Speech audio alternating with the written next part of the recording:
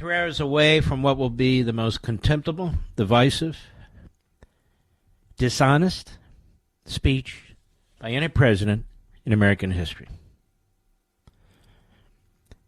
Barely given in a coherent way. He'll work his way through. I'm sure they've pumped him up as something. And you'll see the clapping seals in the Democrat Party jumping up and down. Every syllable will be so historic. But it's going to be painful because you and I are not honest people. We're people of virtue. Joe Biden is the opposite. His party is the opposite. The Democrats in the House and the Senate are the opposite. And, of course, the media is beyond contempt. There have been important speeches in the past. People say this is the most important speech in Biden's career. Notice how they say that. It's the most important speech in Biden's career. It was about Biden. It's about his party. It's about their power. Not about America, although they'll try and wrap themselves in the American flag, which they so hate. But it got me to thinking about Abraham Lincoln's second inaugural address. Biden will drone on like Castro. He'll give a Castro-like speech. Abraham Lincoln's second inaugural address, as you well know, was 701 words. It took him less than 7 minutes to give it. My dad did a beautiful book on this, Malice Toward None, with fantastic illustrations and explanations. And I was honored to write the foreword. And I want to read it to you. Because they're 3 hours away from something quite different. In November 1864, Abraham Lincoln won a resounding electoral victory over Democrat George McClellan, whom he had removed a few years earlier as Major General of the Union Army. Although McClellan was popular with the troops, Lincoln lost trust in him due to his indecisiveness and at times defiance. Lincoln's re-election, initially in some doubt, was improved significantly by a number of Union battlefield victories in the late summer of 1864, especially the Battle of Atlanta and the March to the Sea, led by Major General William Tecumseh Sherman. On March 4th, 1865, at his second inauguration, and on a day that began with miserable weather and heavy rain, Lincoln gave what many, including Lincoln himself, consider his greatest speech. Yes, even more profound than the Gettysburg Address. It was a speech delivered as the Civil War seemed to be coming to a close with important victories in South and North Carolina, as well as Virginia, among other places. Indeed, 36 days later, Confederate General Robert E. Lee would surrender at the Appomattox Courthouse on April 9, 1865. And tragically, 41 days after his second inauguration, Lincoln would be assassinated by John Wilkes Booth on April 14, 1865. Booth, along with other conspirators, was among the onlookers in the crowd that inauguration day when Lincoln gave his speech. Also present and listening attentively to Lincoln's speech was Frederick Douglas. The former slave was a courageous and outspoken leader of the abolitionist movement. Douglas was originally skeptical of Lincoln's commitment to ending slavery. But after their meetings and Lincoln's issuance of the Emancipation Proclamation on January 1, 1863, among other things, Douglas became an admirer. Douglas also attended the inaugural reception at the White House that evening, but was initially prevented from entering the East Room by the police. He pushed his way past them and was quickly noticed by Lincoln. As Douglas recounts, and I quote, Lincoln called out, "Here comes my friend Douglas." Lincoln shook Douglas' hand and said, "Douglas, I saw you in the crowd today listening to my inaugural address. There is no man's opinion that I value more than yours. What do you think of it? This is recounted by Douglas in his own memoir.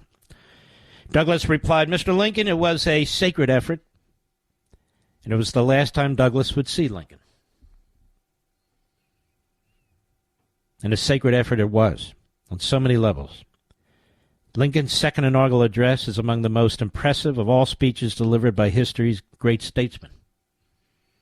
Although a mere 701 words and 7 minutes in duration, not much longer than the 271-word Gettysburg Address and the second shortest inaugural speech of any president, bar George Washington's second inaugural speech, Lincoln could have claimed vindication or gloated about the Union and its triumph, as so many political demagogues would have.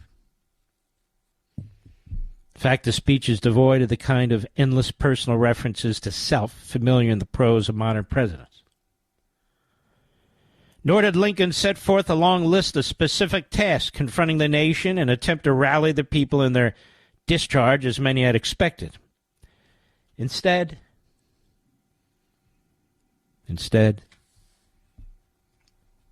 as at Gettysburg, Lincoln delivered the ideal speech. A speech where every word was carefully chosen, every sentence carefully structured. It was a tour de force, not only in its precision, but more important for its message of tolerance, reconciliation. Its purpose was to address war-weary Americans, lay the foundation for peace. Lincoln knew well that every corner of the country had been impacted by the war. The casualties were unimaginable, with hundreds of thousands dead. Post-war reconstruction would be an incredibly difficult and complex task involving the restoration of the economy, rebuilding cities and towns, assimilating regions, promoting racial harmony, caring for the maimed and widows, legal and constitutional challenges, and so much more.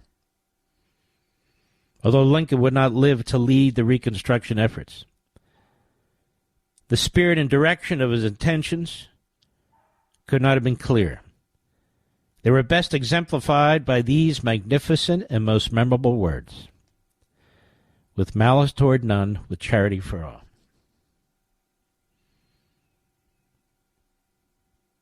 During the course of the war, Lincoln was known to pray frequently, seeking strength from God and his hand and guidance.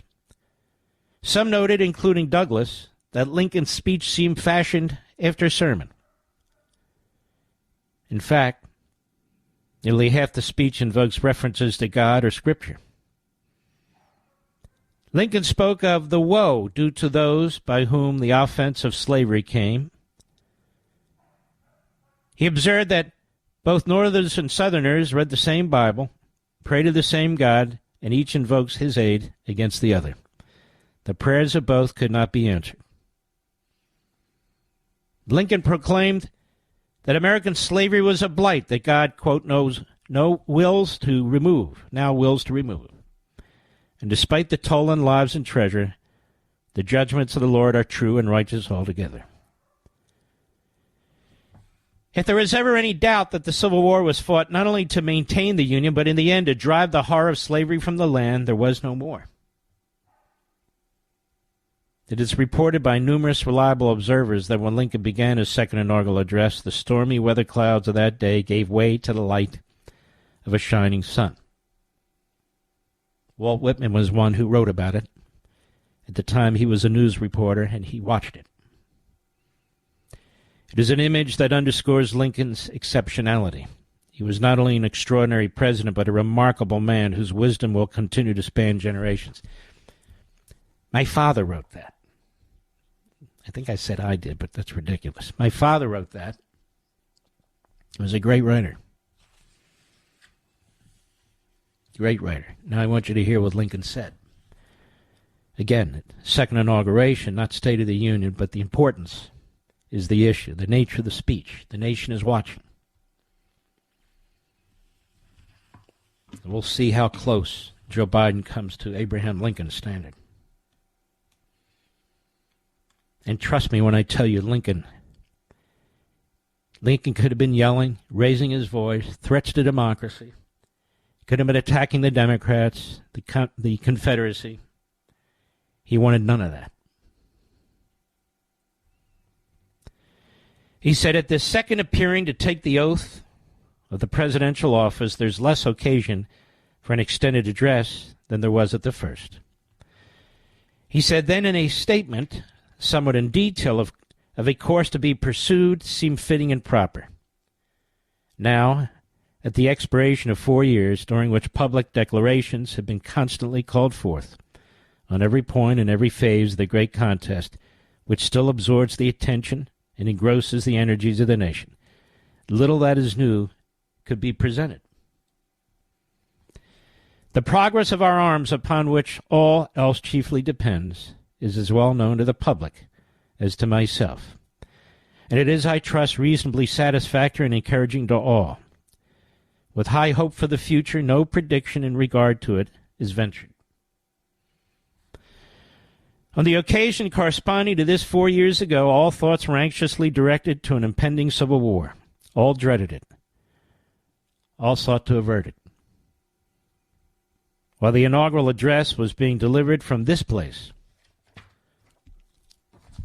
devoted altogether to saving the Union without war, insurgent agents were in the city seeking to destroy it without war, seeking to dissolve the Union and divide effects by negotiation.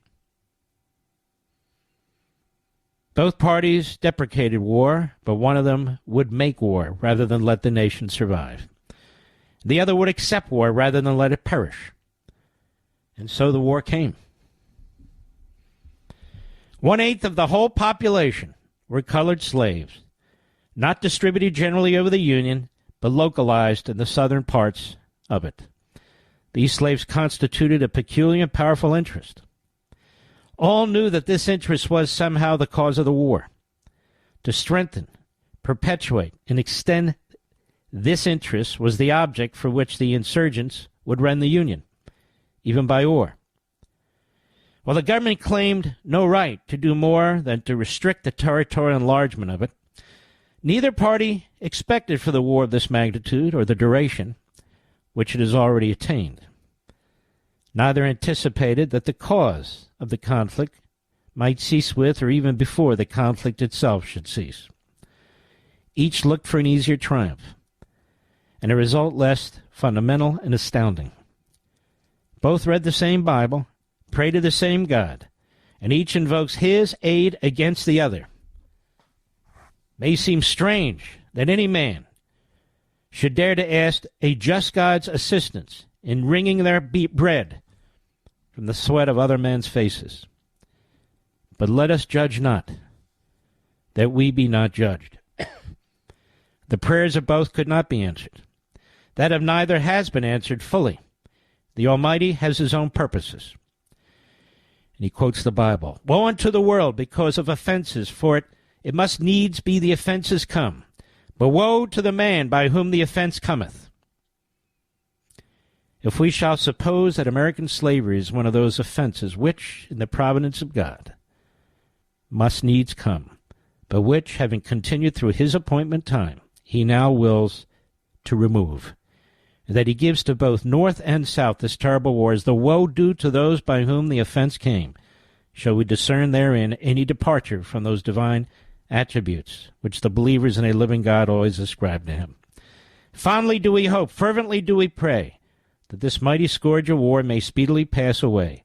Yet if God wills that it continue, unlike all the wealth, until all the wealth piled by the bondsmen, 250 years of unrequited toil shall be sunk, and until every drop of blood drawn with a lash shall be paid by another drawn with the sword, as was said 3,000 years ago, with malice towards none, with charity for all, with firmness in the right, as God gives us to see the right. Let us strive on to finish the work we are in, to bind up the nation's wounds, to care for him who shall have borne the battle, and for his widow and his orphan, and to do all which may achieve to cherish a just and lasting peace among ourselves and with all nations. Joe Biden is incapable of a speech like that.